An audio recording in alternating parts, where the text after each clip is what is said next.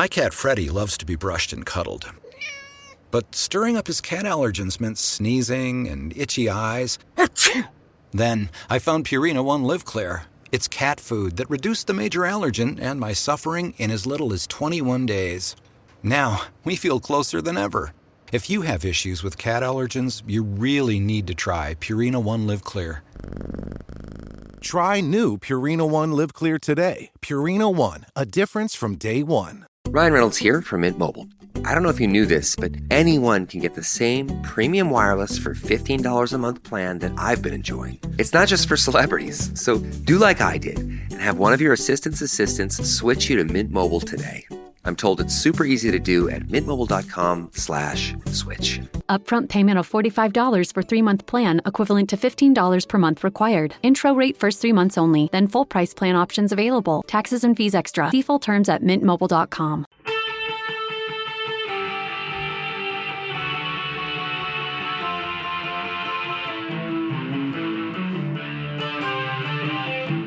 This is the Daily Blast from the New Republic, produced and presented by the DSR Network. I'm your host, Greg Sargent.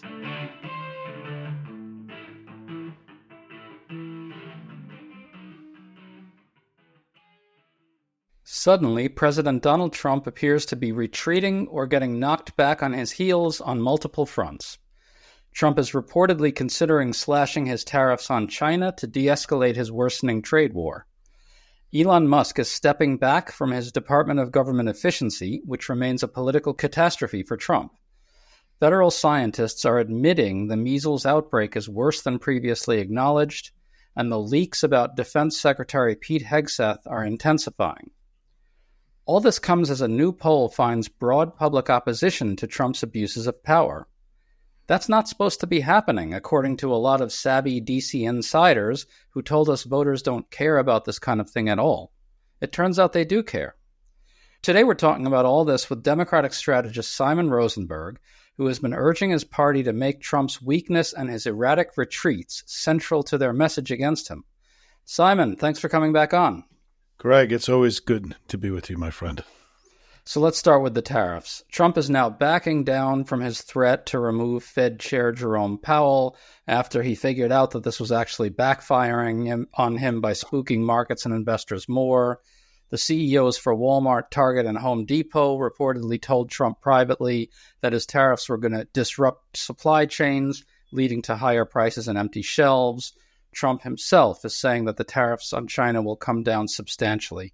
Simon, what do you make of all that? Yeah, I mean, the tariffs are the greatest policy error, arguably, in American history. And he's using these powers without congressional assent in this kind of capricious and tyrannical way. And it's blowing up on him. It's slowing the economy down. Prices are going up. The market's crashing.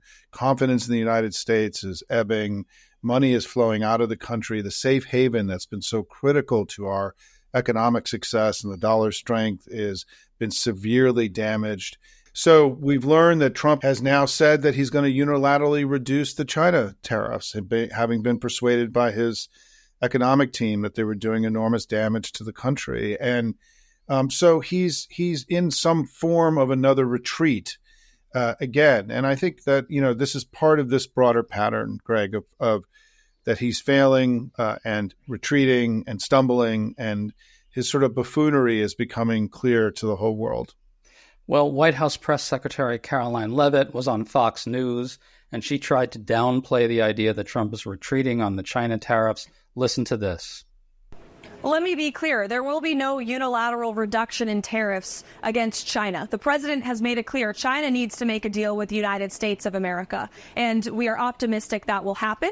And when that continues, it'll be up to the president what the tariff rate on China will be. Simon, I know that's supposed to sound like savvy negotiating, in which Leavitt is signaling that China has to give ground before Trump does. But I think what's really going on here is this shows what happens when Trump's aides are required to shape everything around illusions of Trump's absolute infallibility. Trump said the tariffs on China will come down. He said it himself. And that came after Treasury Secretary Scott Bessent privately told investors that the trade war with China is unsustainable. and after the markets cratered again. Bottom line, Trump is frightened of the markets, and he's spooked by investors losing confidence in the United States. And he's spooked by his polling numbers. I mean, Donald Trump wants to be liked. He wants big crowds. He wants adulation, right? He's not a politician who doesn't care about those things. These things matter to him a lot. They're important to him. His obsession with crowd size. Every interview he gave during the presidential election, the first thing he talked about was his great polling numbers, right? And so the poll numbers are becoming a crisis for him because what's happening with his declining poll numbers. And remember, we were told that Joe Biden, during Biden's presidency, that job approval was sort of the coin of the realm, right? It was everything sort of flowed in Washington about perception of power. And Donald Trump has, I think, a very sort of simple view of the world, that people are either strong or they're weak, or they're winning or they're losing. And he doesn't want to be the one who's losing and who's weak. And the truth is his poll numbers have plummeted in every measure, in every kind, even in the Economist YouGov poll this week. He's actually now trailing. He's underwater on immigration, his signature issue that was sort of his strength. And he's losing incredible altitude. And what's happening is that perception of weakness creates permission structure for people to defy him. And so you're seeing it's connected to, I think, this rising defiance that you're seeing. The Supreme Court defied him twice in the last few weeks. Jerome Powell defied him, right? He's been, the Wall Street Journal and The Economist and Wall Street itself is defying him.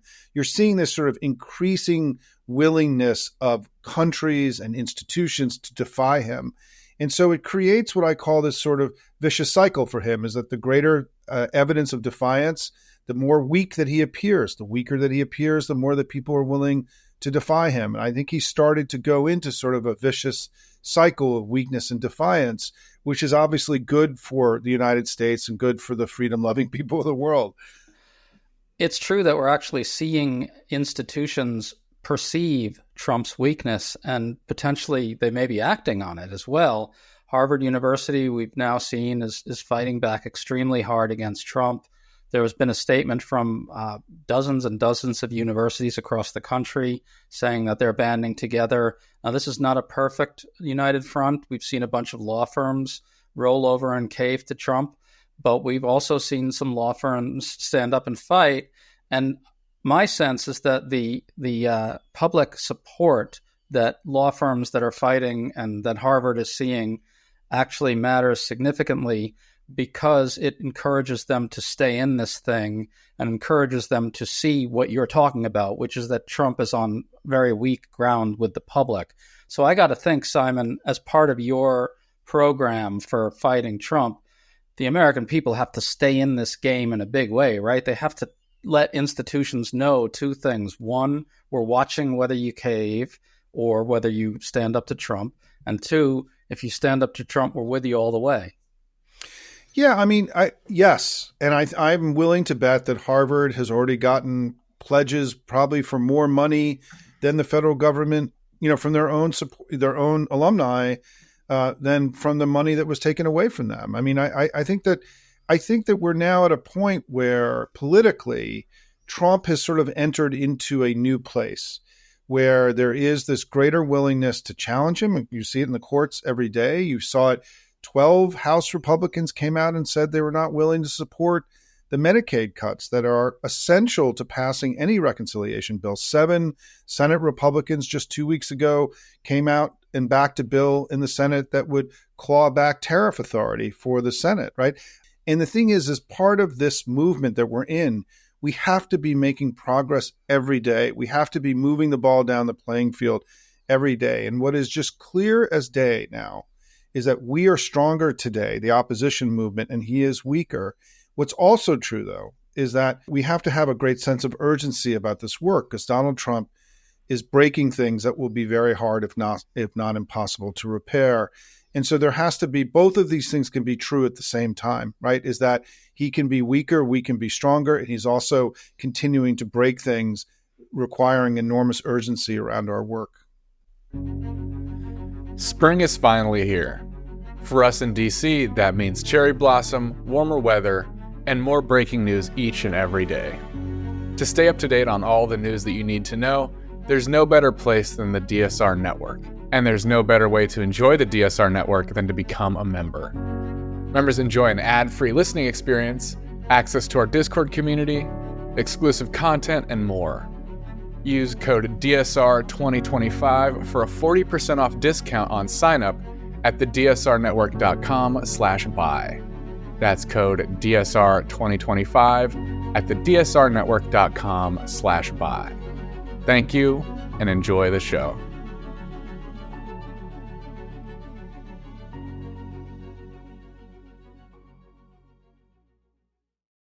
I want to read some numbers from the new Reuters Ipsos poll. 57% of respondents, including 1/3 of Republicans, don't think that a U.S. president should withhold funding from universities if he doesn't agree with how they're run, and 66% say the president shouldn't be in control of big cultural institutions. I think there's a paradox here, Simon. We're seeing kind of a combination of weakness and overreach at the same time.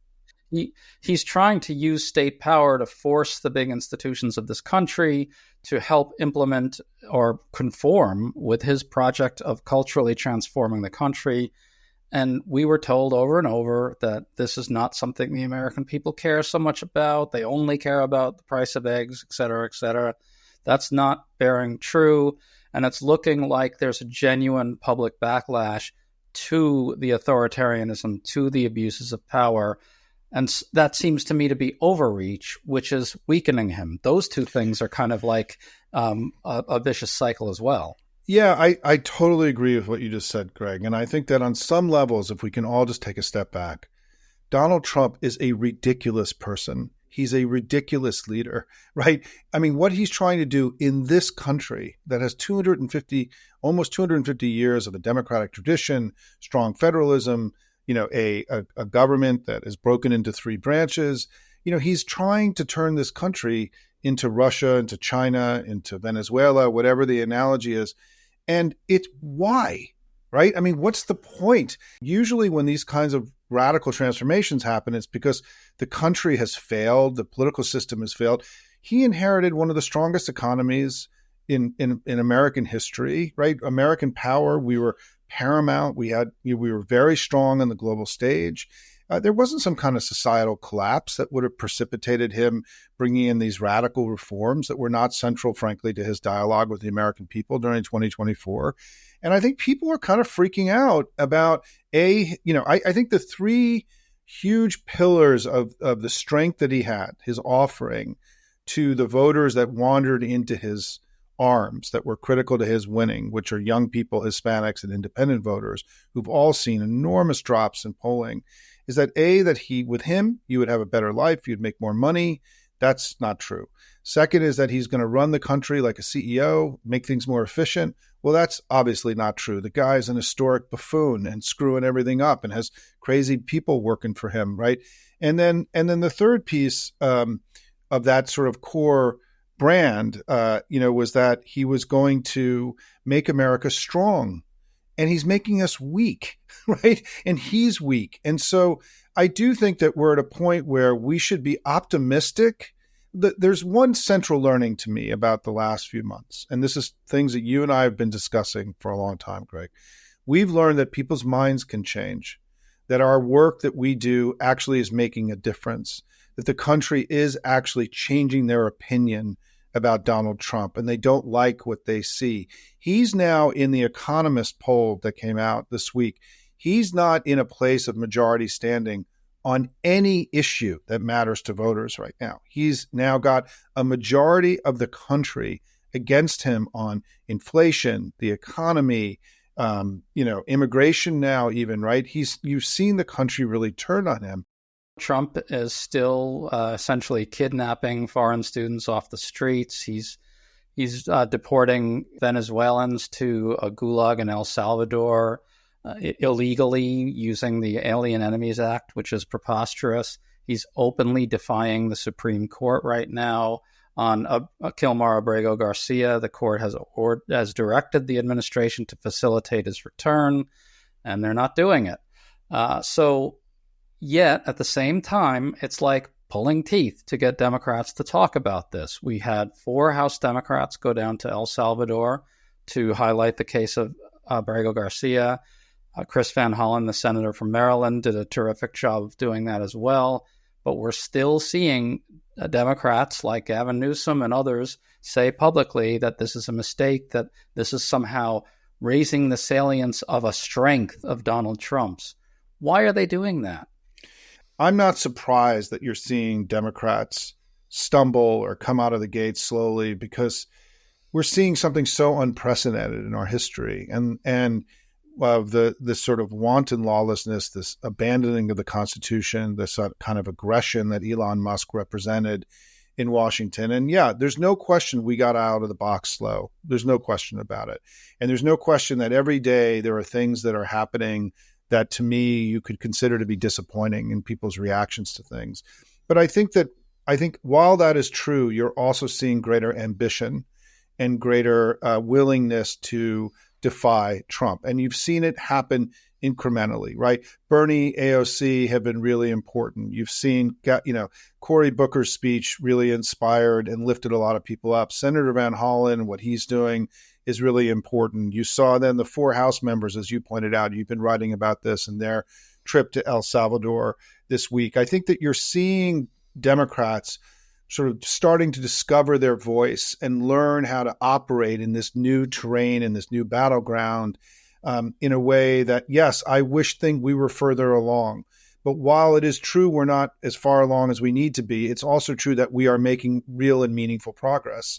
And I'm very pleased, for example, that Hakeem Jeffries took a delegation of House members to the UK and to Denmark and to Jordan and to Israel, acting like the minority leader of the House of Representatives of the United States of America. This is exactly the kinds of things he should be doing. So I think that my own view about this is that in the last sort of 10 days, this sort of heightened level of defiance that you've seen even from places like The Economist and the Wall Street Journal, right, who have now become, incredibly part of the opposition movement in the United States, and the willingness of Democratic politicians to sort of have greater ambition, rhetorical, political ambition.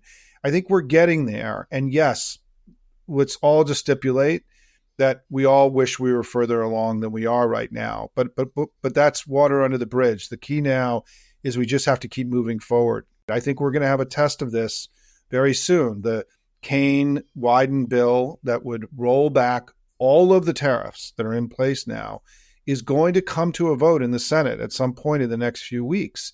We got 51 votes to roll back the Canadian tariffs in the Senate. We could get a majority in the Senate around rolling back all the tariffs. Would it pass the House? I don't know, but to have the U.S. Senate go on record calling for the revocation and the rescinding of all these tariffs would be a major rebuke of the president. And certainly that's something we can be all working towards in the next couple of weeks.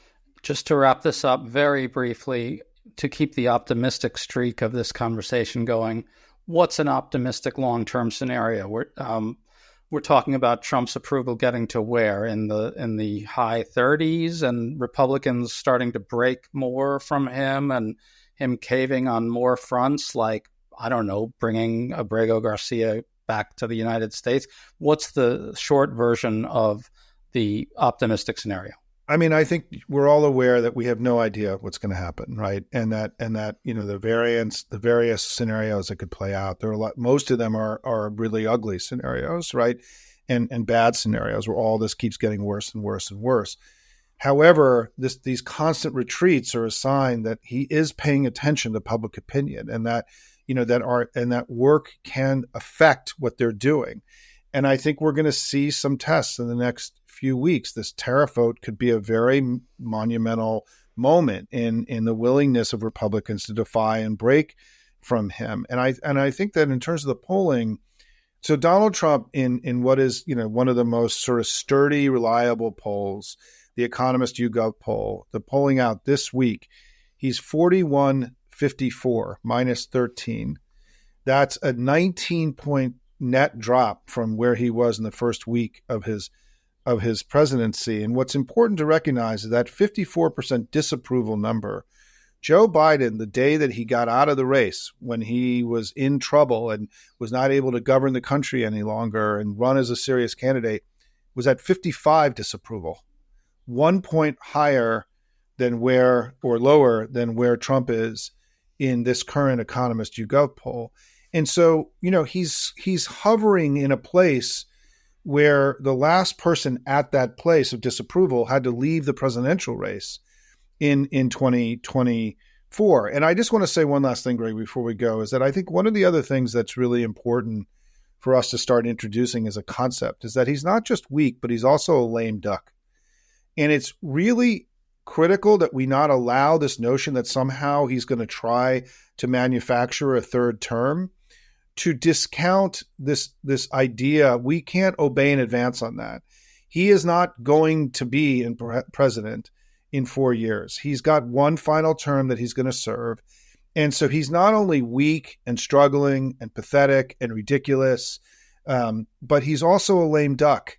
And we have to start introducing that concept, because in our political system, that word means something, right? It connotes weakness in our political system. And I think one of the reasons that Trump's been floating this third term idea is that he's deeply aware that if he becomes seen as a lame duck, if there starts to be press coverage of his successors, the people running and angling to be president, it will further marginalize him.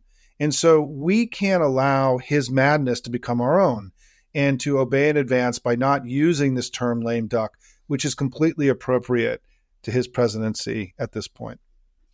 Well, there you have it, an optimistic case for what's coming from Simon Rosenberg, whose Hopium Chronicles is really all about projecting optimism. Simon, thanks for coming on, man. Greg, it's always great to be with you. And I just want to say thank you for the work that you do every day. Thank you, Simon. You've been listening to The Daily Blast with me, your host, Greg Sargent. The Daily Blast is a New Republic podcast and is produced by Riley Fessler on the DSR Network.